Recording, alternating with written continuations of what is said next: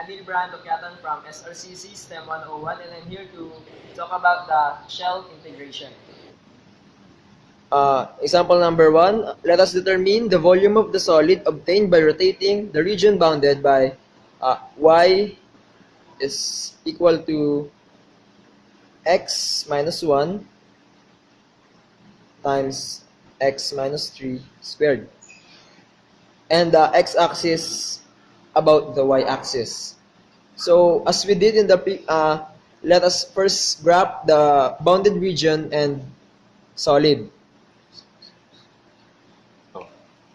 And now we graph the bounded region as a solid, and the curve is extended out. The little past is only serves for the purposes of the illustrating what the curve looks like.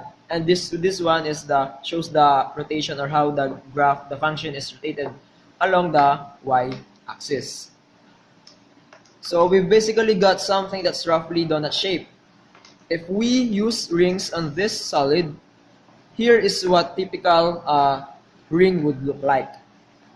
And now we use the rings in order to simplify our graph, the rotation of the graph, as I said earlier. And this leads to several problems. First, both the inner and the outer radius are defined by the same function. And the second is, in order to use rings, we would need to put this function in the form of x is equal to the function of y. That's y, and that's it. And the last problem is with the rings. In this case, is not so much a added problem, and it's just only an added work. Now, if we were to use the rings as the limits, it would be y limits, and this means that we will need to know how high the graph goes, the graph goes, and to this point of the limits of integration have always been intersection points that were fairly easy to find. And also, this case is the highest point, but not an intersection point, but instead a relative maximum. So we've seen these three problems that will increase our workload and prevent us from using the rings. But we need to find a different way to cut the solid that will give us a cross-sectional area that we can work with. One way to do this is to think of our solid as a lump of cookie dough. This is our solid. And instead of cutting it perpendicular to the axis of rotation, we would instead center a cylindrical cookie cutter on the axis of rotation and push this down into the solid. Doing this would give the following picture. And now, as I said earlier, doing the said method, this will give the picture, and this is the cylinder, the cookie cutter in our dough, in our solid, and doing this gives us a cylinder or a shell in the object, and we can find easily it's the surface area. And the surface area for the cylinder is the area of cylinder is equal to 2 pi radius multiplied by the height. And the AX is equal to 2 pi radius times height. Now, we will substitute the formula. So 2 pi x, quantity x minus 1 times x minus 3 squared.